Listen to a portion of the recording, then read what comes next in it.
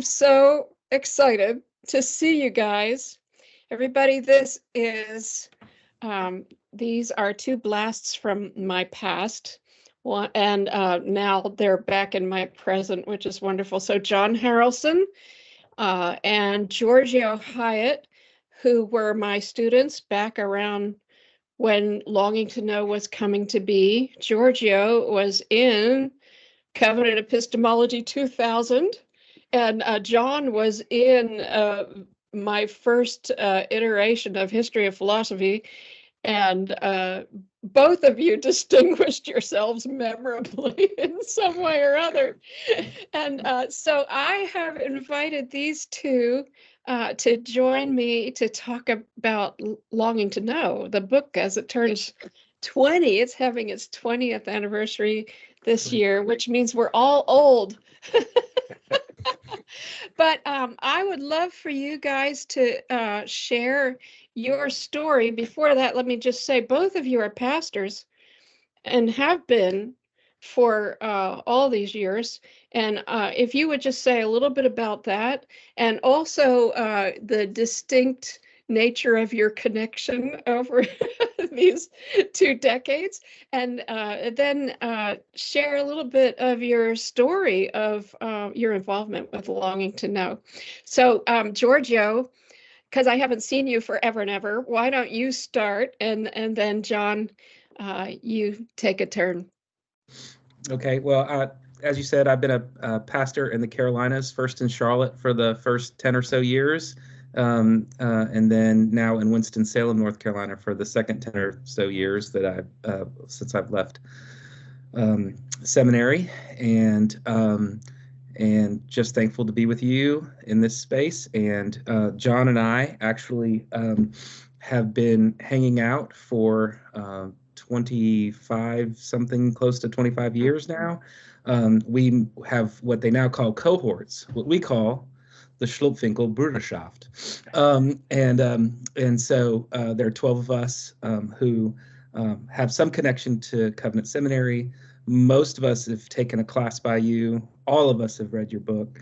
And so you get talked about a lot, actually, in those settings, usually over a great meal. I'll just say a great meal.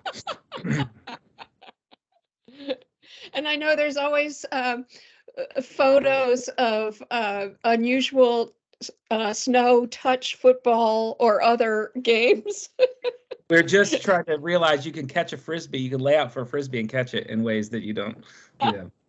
Literally, one time, one of our colleagues or one of our brothers was skiing on the back of a boat, and we started talking about the book.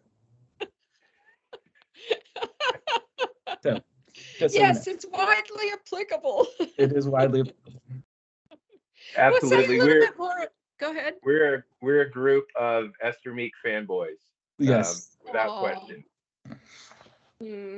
That's amazing. Well, John, I've gotten to see you a little bit over the years, but wait, Giorgio, say a little bit more about the class and like your early involvement. So I kind of split the difference between Michael Gordon, because everybody was doing 4 years, and I did 3 years. And so some of my close people I came in with were Michael Gordon and John Dunning. People I left with were Greg Thompson and others that may get interviewed here in a little bit. And John was the senior fellow.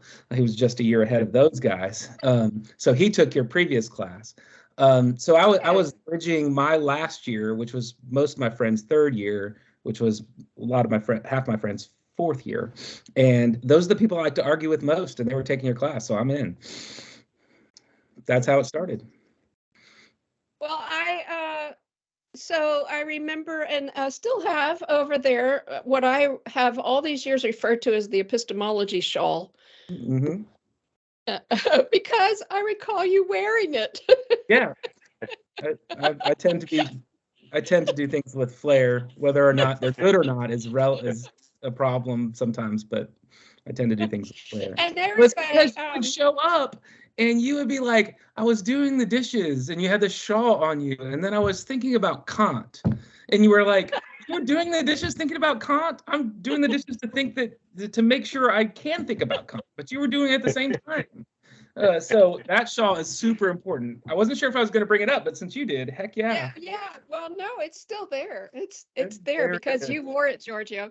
And also everybody watching this video, my former student film guy Andrew made an intro for this. And Giorgio, there's a picture of you in it with your graduation lei, Mm-hmm. your Hawaiian graduation lei, fresh flowers around me too. Yes, you're right. And let's just say the venerable Reverend Dr. Brian Chappell was not super happy with me. Well, you were the most beautiful person in the room. Yeah, so John, hop in here. Absolutely. Well, I've been a pastor. Now I'm a priest, I guess. Yes. We are now Anglican for about a year. So I guess I'm Father John. People just call me John still. Are you what's that? Father John Misty? Oh yeah. No, I'm not at that level yet. After leaving Covenant in '99, I pastored in New York City and San Francisco, and then Seattle. We've been here almost 20 years, so Seattle has become home for us. And I would say between your philosophy class and Longing to Know, those just laid such an incredible foundation to do ministry in the places that I've done ministry. And I've been thinking about this question, like what is it about the book? And maybe it comes down to two things. First is the word risk. You make a big deal out of to truly know anything or anyone you have to risk. And that was such a big deal for me because in seminary I was going down the Descartes black hole of how can we know things for certain without any risk. And I think the answer to that is you can't. Not you can't, but you can't. To make a philosophy pun. So it's going to require risk no matter what you do. But then the other word learned from you, and I didn't take the epistemology class, but the book is an epistemology book, is confidence. Is okay, we can't know things for certain, but there can be confidence in how we know things. And I think, now I see a lot of people who are deconstructing for all kinds of reasons. I'm a fan of deconstruction in the sense of always reforming your faith. But I've seen people walk away, and some of them, not all of them, and some of them are coming from this certainty mindset. And certainty is a recipe for disaster. And I just feel equipped and rooted and grounded to be for my own faith, first and foremost, but also for the people that I've worked with. I think it's a much truer and much more real way to go through the world. So it's been massive for me. Your philosophy class kind of opened up the world to me. Like, oh, I can enter into these areas with confidence, with curiosity, with what can I learn here, that sort of thing. So yeah, I'm a huge fan. Beside the epistemology shawl is a poem that John gave me after that course was over that likens our time together to a voyage. Absolutely. And I'm sure Ken Harris would be proud of that idea. But that's been up there on my wall all these years too. That meant so much. Yeah. Absolutely. Yep. So yeah, Giorgio, go ahead. And that poem that I wrote, I don't know if it's good poetry or not, but doesn't matter. Yeah, it was like, you were the captain of the ship and you were kind of showing us all these new worlds that we could go to. So it really it tapped into something big in me. So in preparation for this conversation, I read through my class journal that was required of us. By the way, I had to change the doc type 3 times in order to actually read it.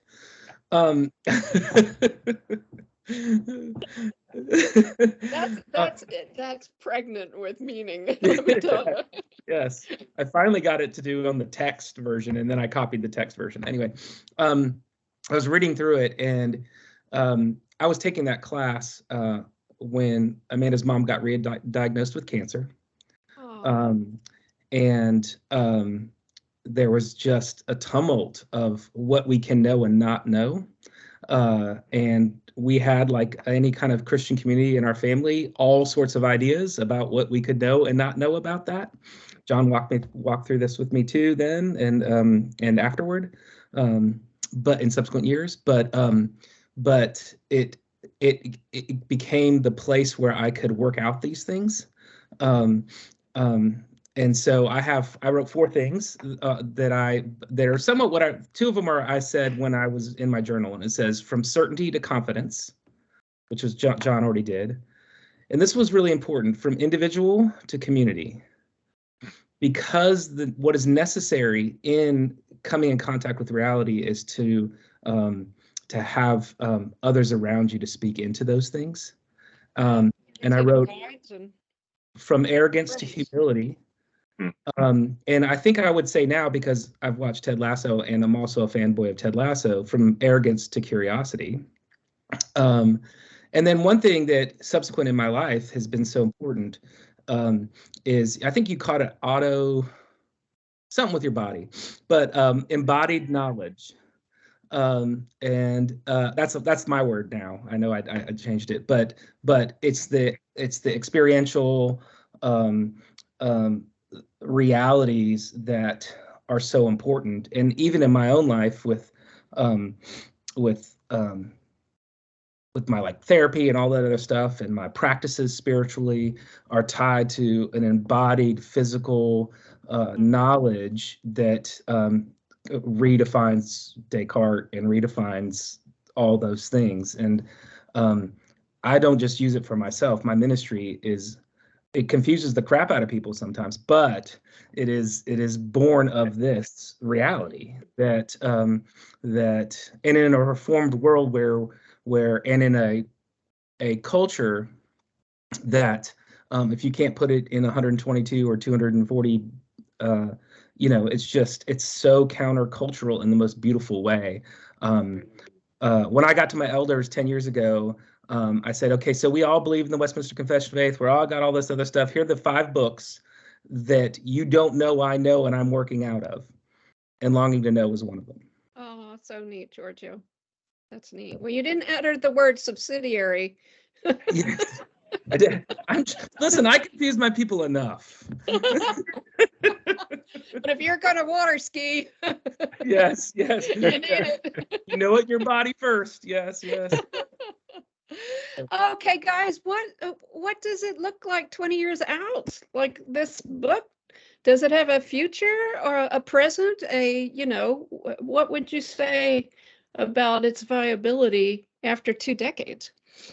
Not to put you on the spot or anything. Yeah, really, Yeah, I'll jump right in. As Giorgio was talking, I have, my kids are, this year they all turn an odd number. So they'll be 17, 19, 21, and 23. And one of them's college graduate, got 2 in college. A third will be in college in the new year, this coming academic year. And I'm like, I want them to read this book because I think they need, those very things have staying power.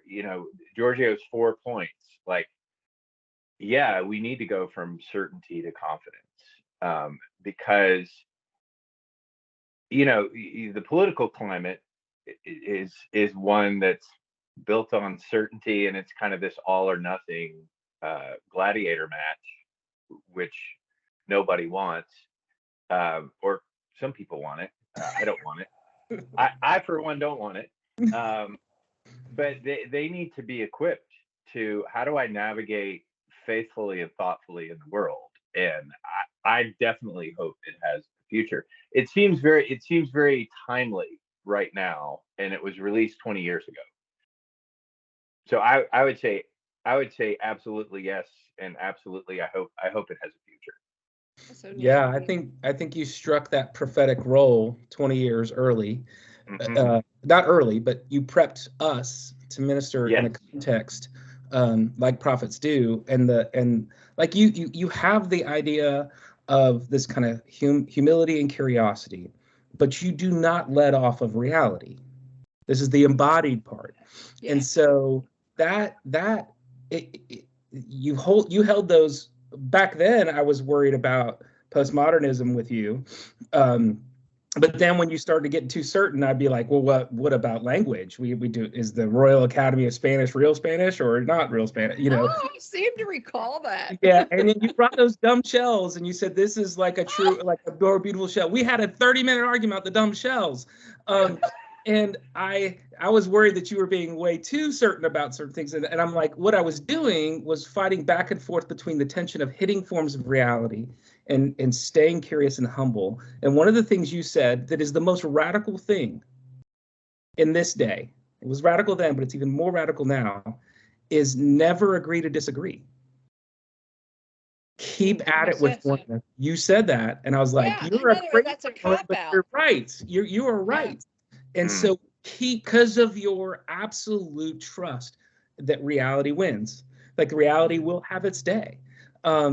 Whether it's the resurrection of the dead and life of the world to come, or it's like, whatever it is, whether it feels ethereal or it is utterly concrete, stay with each other. And there's no more countercultural need right now than that.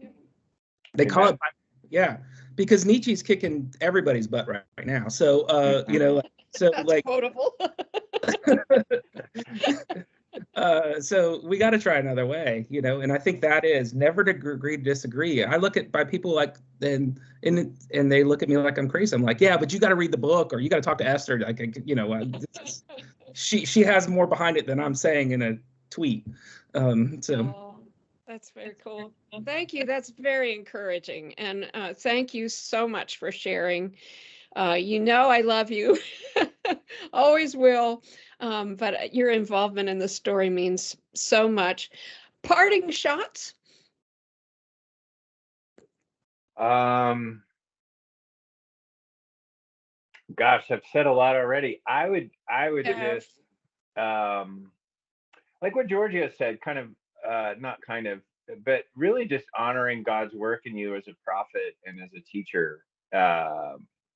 Just such a blessing and a gift. So I'm glad for the book's publishing, but I'm also thrilled that there is a 20th anniversary celebration of it, because it needs to be celebrated and you need to be celebrated. So I'm grateful for you, Esther, to you, and also to the Lord for giving you to the world.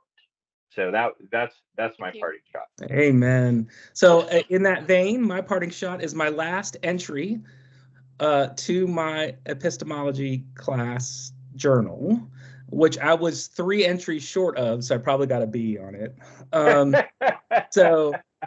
And this one was probably to get me to just 3 short. But I don't know if I was trying to get a better grade or whatever, but I do mean it with all my heart. Here it is. This has been one of the best class experiences of my life. I am changed, and because I'm snarky, mostly for the better. I cannot look at the world in the same way again. I cannot preach in the same way again. I can't talk to my wife in the same way again. I cannot serve God in the same way again. You have achieved your course objectives. I'm beginning to know how I know. And most importantly, I love more. Thank you for letting God use you. You have modeled what you've taught. Thank you for letting us in on the person God is making you. Oh, Giorgio. Thank you. Oh, guys, virtual hug. And I'm going to sign off so this doesn't go any longer, but bye-bye, and thank you so much. Blessings. God bless you.